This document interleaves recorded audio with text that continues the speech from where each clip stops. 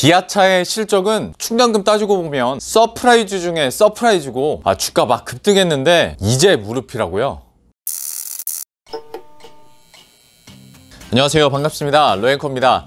오늘은 오랜만에 종목 얘기 한번 해보겠습니다. 이걸 사라 마라 이런 건 아닌데 어쨌거나 좀 심상치 않게 오르고 있고 또 시장에 관심도 커지고 있는, 이럴 때 좀 팔아야 되나 싶기도 하지만 어쨌거나 증권사에서도 줄줄이 목표 주가를 올려잡고 있는 기아차에 대해서 증권사들의 분석과 시각 정리를 해드릴게요. 그 전에 구독과 좋아요 한 번씩만 눌러주시면 매우 감사하겠고요. 그러면 지금부터 바로 시작을 하도록 할게요. 자, 모르는 분들을 위해서 기아차 관련된 최근 가장 중요했던 소식 중 하나 알려드릴게요. 얼마 전에 현대차그룹에서 엔진 품질 관련 충당금을 발표했었거든요. 그때 나왔던 액수가 현대차가 2조 1천억 원, 그리고 기아차가 1조 2천억 원의 그 충당금을 책정했다라고 발표를 했었습니다. 이걸 3분기 실적에 반영하겠다라고 얘기를 하면서 그때 당시에 현대기아차 적자 전환 어쩔 수 없겠다라는 얘기들은 많이 나왔었죠. 그런데 전반적인 분위기를 보면 그 세타2 엔진 품질 문제가 다시 대두되긴 했는데, 어쨌거나 현대차의 정의선 수석 부회장이 이제 회장으로 올라서면서 뭔가 남아있는 변수나 리스크 다 털고 가자라는 취지로 분석을 많이 했었습니다. 그리고 충당금을 당장 이번 3분기에 털어냄으로써 어떤 빅베스를 단행했다라는 평가도 있었고, 뭔가 품질 경영으로 가기 위한 조치다, 이런 어찌 보면 약간 미화된 얘기까지도 나왔었는데, 당시 전반적인 평가들을 보면 이왕 털 거라면 빨리 털어버리고 앞으로의 모멘텀에 승부를 걸자, 이런 거였습니다. 사실 엔진 결함 문제는 자동차 회사에 있어서 좀 치명적인 문제죠. 이걸로 열받아하는 소비자들이 많다는 거 저도 알고 있습니다. 이제 세타2 엔진이라는 말만 꺼내도 악플이 엄청 달릴 정도인데, 다만 미래를 보고 베팅하는 주식시장에서는 이번 사안과 관련해서 현대기아차를 보는 어떤 결이 좀 달라요. 그러니까 지금 이 두 자동차 회사에게 거는 기대가 시장에선 너무 크고요. 실제로 지금 모멘텀이 차고 넘치고 있거든요. 오늘은 기아차 얘기를 하기로 했으니까 기아차의 모멘텀을 한번 쫙 읊어드리면, 일단 국내에서 K5야 평타 이상 항상 해주고 있고, 소렌토와 카니발 신차 출시되고 나서 반응이 아주 좋죠.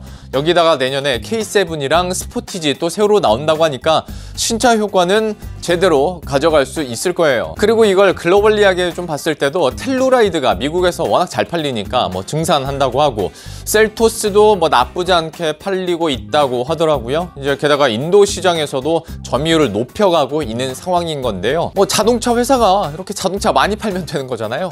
그래서 앞으로의 실적 개선 기대감이 좀 계속 나오고 있는 상황은 맞습니다. 조금 더 디테일하게 좀 들어가자면, 앞에서 읊어드린 이 차종들 한번 딱 보셨을 때 이런 생각 드실 거예요. 기아차도 라인업이 꽤 다양하구나 라고 생각하신 분들 분명히 있을 것 같은데요. 이게 실제로 중소형차부터 중형차 그리고 SUV까지 다양하게 포진이 돼 있다 보니까 믹스 개선도 되고, 그럼 당연히 매출도 늘어나는 효과를 얻을 수가 있는 거죠. 여기다가 자동차는 풀옵션이지 라고 생각하시는 분들, 저를 포함해서 라고 생각하시는 분들은 자동차 살 때 이 상급 트림 많이 사고 옵션도 막 때려 박잖아요. 근데 실제로 이런 고객들이 많이 늘다 보니까 매출도 덩달아 올라가게 되는 거고, 그리고 회사 입장에서 봤을 때도 이렇게 비싼 제품들이 마진도 많이 남거든요. 그러니까 당연히 영업이익도 좋아질 수밖에 없는 겁니다. 그러니까 이거 한번 보세요. 올해 들어서 ASP 평균 판매 단가가 급격하게 올라가는 거 보이시죠? 그리고 여기에 하나 더 추가를 하자면, 차는 많이 팔리는데 북미 지역에서 딜러들한테 주는 인센티브는 하락세래요. 그러니까 이래저래 회사가 가져가는 돈은 더 많아지는 거죠. 어때요? 이러니까 앞에서 충당금이 꽤 크다고 하더라도 회사 타격이 어마어마하게 하겠다, 망했네, 이런 생각보다는 이왕 이렇게 된 거 예상 손실 다 털어버리고 좀 깔끔하게 다시 가자, 이런 생각으로 주식시장에서는 반응을 하게 되는 겁니다. 이게 실제로 충당금이 반영된 실적을 발표한 날을 보면요, 이날 현대기아차의 실적이 이렇게 나왔거든요. 근데 이게 무엇보다 놀라운 게, 충당금을 제외했을 때 영업이익을 보면요, 기아차가 1조 2천억 원을 기록했습니다. 이게 왜 놀랍냐? 첫째는 시장이 예상했던 것보다 거의 2배 가까이 영업이익이 많이 나왔어요. 그리고 두 번째로는 현대차의 규모나 어떤 매출액 이것과 비교를 하면 기아차의 영업이익률이 어마어마하다는 걸 알 수가 있죠. 그러니까 매출액 차이가 10조 원 이상 나는데 영업이익 차이는 6천억 원밖에 차이가 안 나요. 그만큼 기아차가 장사를 잘하고 있다라는 거고 비용 절감이나 효율화에 최적화되고 있다라고 평가를 할 수 있을 것 같습니다. 게다가 현대차 같은 경우에는 금융사업도 나름 캐피탈 사업 하고 있잖아요. 그런데 이 몫을 만약에 현대차에서 뺀다 그러면 진짜 기아차와 실적이 비슷해지는 거예요. 기아차 얼마나 이번에 잘 나오는지 느낌 좀 오시죠? 이러니까 증권사에서도 뭐 좋아할 수밖에 없죠. 아무리 우리가 어떤 증권사 리포트나 투자 의견에 대한 불신이 커졌다고는 하지만 이렇게 목표 주가를 다 같이 올리고 다 같이 좋게 보는 데는 다 이유가 있는 거예요. 그러니까 증권사가 기아차에 대해서 어떻게 보는지 제가 조금 더 시각적으로 확 보여드릴게요. 실적을 발표한 다음 날인 10월 27일에 나온 리포트들만 모아봤는데요. 이 날만 16개 증권사에서 기아차 리포트를 내놨습니다.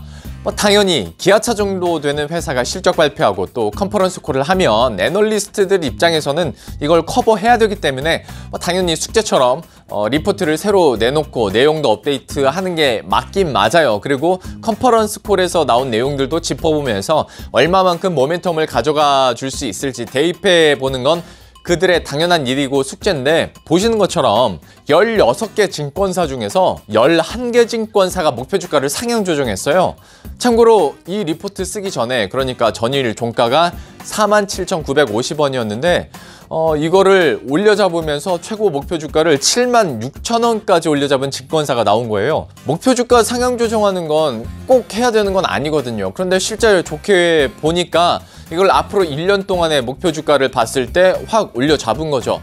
그리고 앞에서 가장 높은 목표 주가가 76,000원이라고 말씀드렸는데 이거 평균 한번 내보면 64,300원 정도가 나오더라고요. 근데 이것도 전일 종가를 기준으로 따지면 34%의 상승력이 있다라고 증권사들에서는 분석을 한 거예요.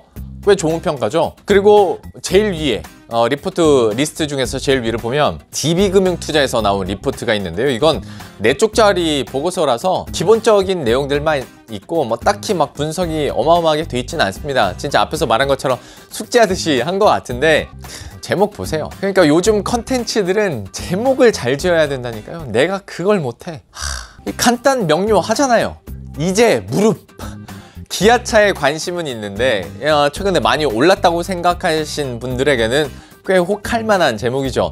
그러니까 지금까지 불확실성이 많아서 좀 망설였었고, 그 이후에는 오히려 주가가 또 너무 많이 올라서 망설이던 분들에게 그 망설임을 이제는 바닥 확인됐고 무릎까지 올라왔으니까 앞으로 더 오를 거야 라는 어떤 확신으로 바꿔주는 딱 4글자짜리 제목이니까 저도 한번 클릭하게 되더라고요. 아무튼 그만큼 증권사에서는 지금 현대차와 더불어서 기아차를 좋게 보고 있고, 주가 역시 앞으로 더 오를 것이다, 레벨업을 더 해갈 것이다 라고 평가를 하고 있습니다. 근데 이게 더 대박인 건 이 리포트가 나온 날 기아차의 주가가 10% 급등했다라는 거죠.